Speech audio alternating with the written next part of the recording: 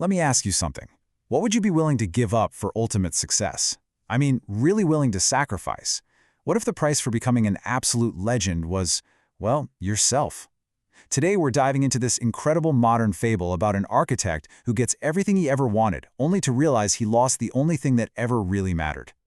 So we first meet our guy, Korn Wongphakdee, and he is at the absolute top of his game. He's not just an architect, he's a global icon, a real titan in his field. He's coming home as a living legend, and you can just imagine the news reports. The world is literally celebrating his name. I mean, everything. His face is on the cover of Forbes, he's won the Pritzker Prize, which, is basically the Nobel Prize for architects. So from the outside looking in, his life isn't just successful, it's a total masterpiece. But here's the thing. Behind the gleaming glass walls of his perfect, sterile penthouse, there's just nothing. A profound emptiness. The story describes him as not waking up in the morning, but being switched on. His success is this cold, calculated program he's running, and it all leads to this single, haunting question. If you have everything, but feel nothing, what do you really have? In a life that's curated down to the last detail, there's this one object that just doesn't belong. It's a dusty, forgotten sketchbook. And when he opens it, there's a drawing of a small, humble little house. And this isn't just a sketch. It's a ghost. It's a remnant of a life and of a person that he literally erased to become the man he is today. So to really understand the man he became, this Arthur, we have to go back and look at the man he got rid of. Because before he was this cold, perfect architect, he was just a guy named Korn. And Korn's entire world was built on a totally different foundation. And at the heart of that world was this one sentence, from the love of his life, Prae. This was everything to him. It was his greatest comfort, but, kind of ironically, it was also the source of his deepest fear. He had this simple, beautiful happiness, and he was terrified that he would fail to protect it. So who was Korn, really? Well, he was brilliant, for sure, but also deeply insecure. His designs were praised for having so much life and humanity in them, but he was always undervaluing himself. His entire world revolved around Prae and his friends, but underneath all that love and loyalty was this crippling fear of failure, this constant feeling that he just wasn't good enough to deserve the simple life he loved so much. So you've got these two completely different people, right? Living in one timeline. On one side, you have Korn. He's human, he's flawed, and he's driven by the love represented by that small house. And on the other, you have Arthur, the man he becomes, perfect, invulnerable, and driven by a ruthless ambition that created the giant Zenith Tower. The conflict here isn't just with the outside world. It's a full-on war inside himself. So how does a guy like Korn turn into a guy like Arthur? Well, it doesn't happen overnight. It happens in a single moment. A breaking point of absolute despair, where he's offered a deal that will change absolutely everything. Okay, so the path to this deal is paved with just one crushing blow after another. First, his mentor, Kuhn Eck, is constantly telling him that his heartfelt human designs are weak. Then that same mentor goes and steals his life's work, the Zenith Project. But the final straw, the thing that really breaks him, is being told that his failure makes him unworthy of Prae. And it's in that moment of total desperation, staring at his reflection in a mirror, that he sees him, a cold, perfect version of himself, holding out an offer. And the terms of this deal, they're absolutely chilling.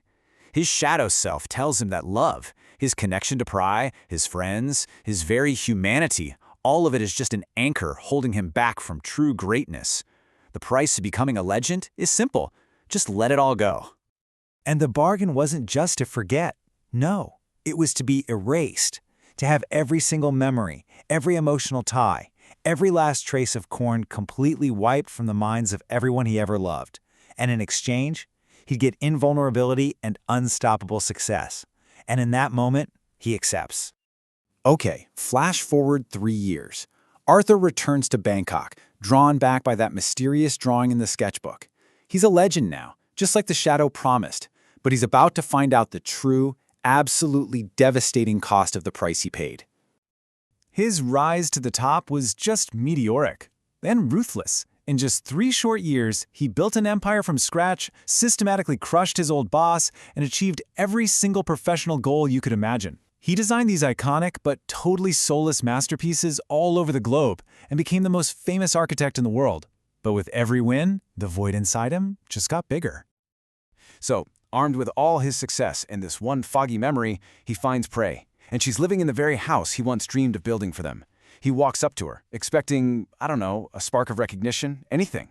Instead, she just looks at him like a complete stranger. Because to her, that's exactly what he is. And then comes the twist that just shatters his entire reality.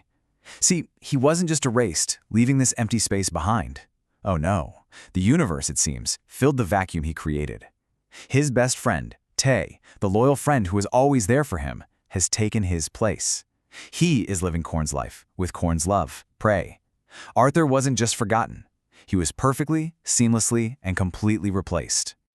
This discovery, it just breaks him, and it forces him to finally confront everything.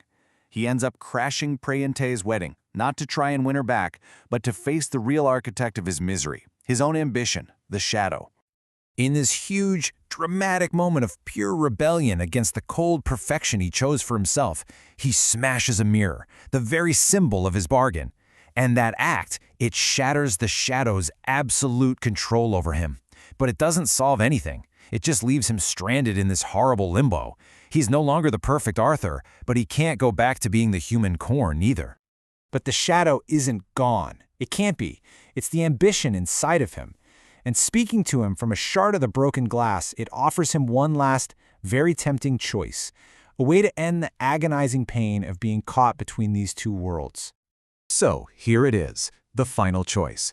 On one hand, he can choose the risk of love. He can go back to being the flawed, human Korn. He'd get the chance to win Prae back, but he'd lose all his success and have to face the risk of failure all over again. He'd feel everything, the good and the bad. Or he can choose the emptiness of greatness, remain the perfect Arthur, keep all his power, and let the shadow erase these painful memories, letting him go back to feeling nothing forever. And you know what? The story doesn't give us an answer. It just stops right there. We never find out what he chooses. The author intentionally leaves the final decision completely up to us.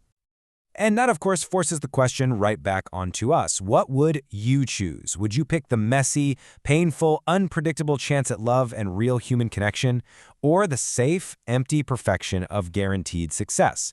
What really is the price of perfection, and is it a price you'd be willing to pay?